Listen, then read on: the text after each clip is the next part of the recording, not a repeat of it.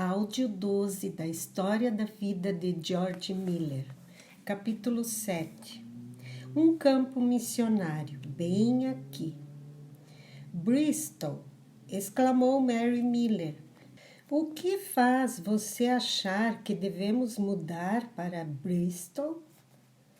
Não podemos ficar onde estamos, pelo menos até o bebê nascer? Ela secava as lágrimas dos olhos enquanto falava. George colocou o braço em volta de sua mulher. Mary falou com gentileza. Eu disse a você e eu disse a toda a congregação que ficaria aqui só enquanto Deus me chamasse. Mas George, Mary o interrompeu. Como você pode ter tanta certeza? George ficou em silêncio por um longo momento. Era difícil explicar, mas quanto mais ele orava sobre isso, mais sabia que Deus o estava chamando para o norte, para Bristol. Henry Craig já estava morando lá e escrevera a George, estimulando-o a lhe fazer uma visita em abril de 1832.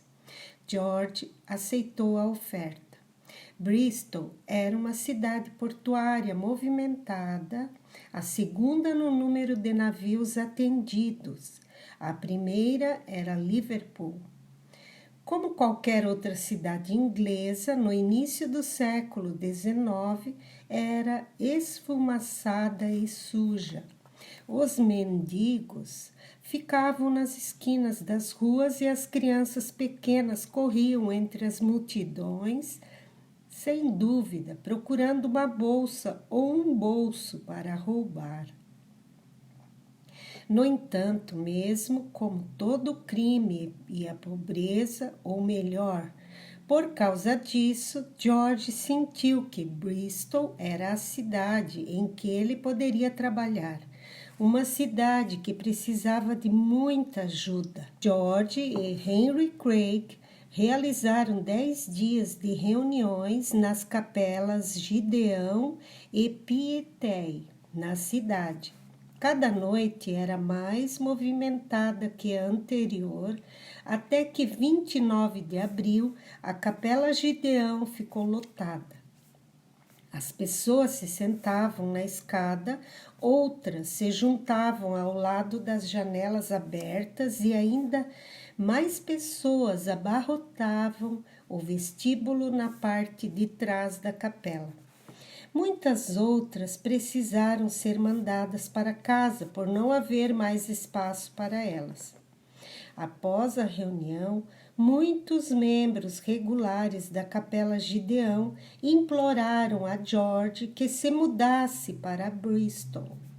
George e Henry Craig falaram longamente sobre o assunto e elaboraram, por fim, uma lista de requisitos que a congregação precisaria concordar antes de George considerar a mudança. Primeiro, George Miller e Henry Craig não seriam pastores tradicionais que perguntariam aos membros da congregação ou ao conselho da igreja o que achavam melhor fazer em cada situação.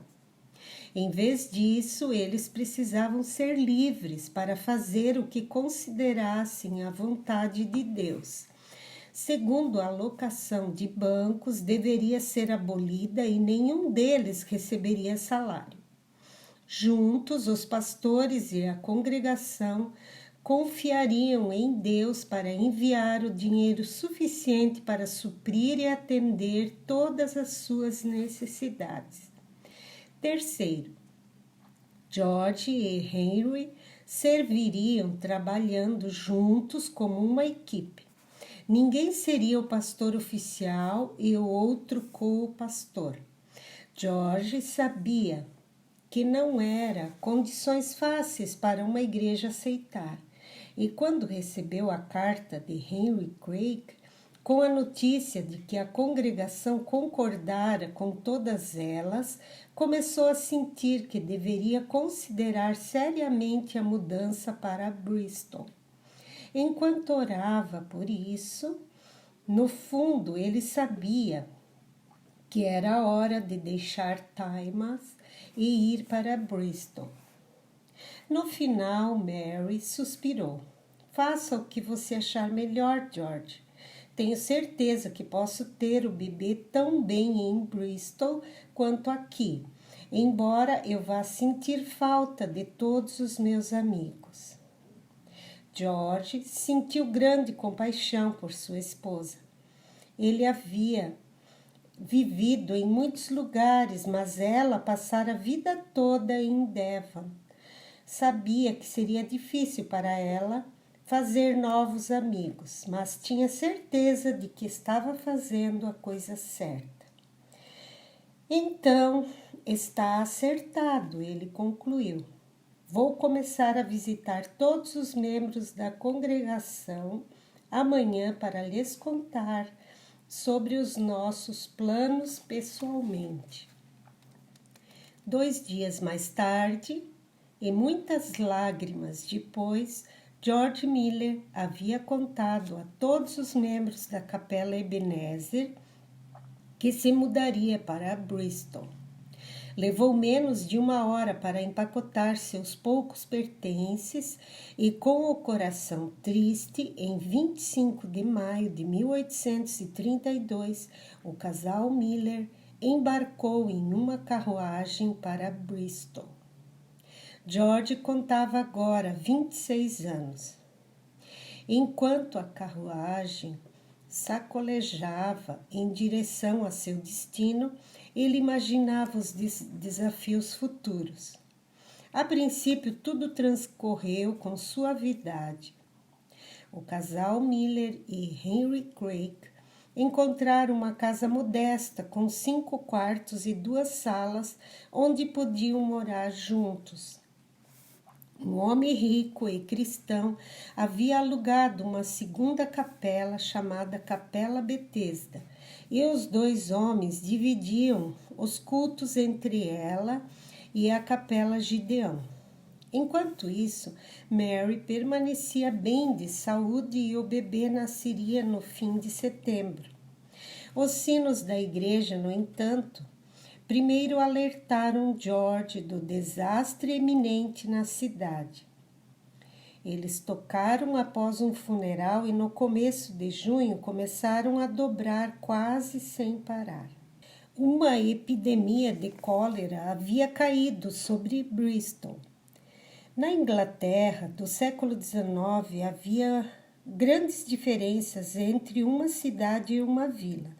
Nas vilas, as pessoas viviam em chalés ou em pequenos grupos de casas enfileiradas. Bebiam água de seus poços e jogavam seus dejetos nos jardins. Nas cidades, incluindo Bristol, as coisas eram muito diferentes. As pessoas viviam em longas filas de casas de tijolos sem uma única árvore ou campo à vista. A água usada nas casas não recebia tratamento e muitas vezes carregava germes e bactérias de riachos poluídos, e o esgoto transbordava de bueiros que corriam ao longo das ruas. Essas diferenças tornavam as condições mais que propícias para a disseminação de doenças mortais pela cidade, e nenhuma doença era mais temida que a cólera. A cólera se espalhou como fogo, matando milhares de pessoas. George e Henry Craig eram chamados dia e noite para orar pelos infectados com a doença. Quem a contraía, de modo geral, morria rápido. Normalmente levava apenas 12 horas, desde o momento em que a pessoa começava a se sentir mal e vomitar até ser colocada em um caixão. Isto é, quando se conseguia um.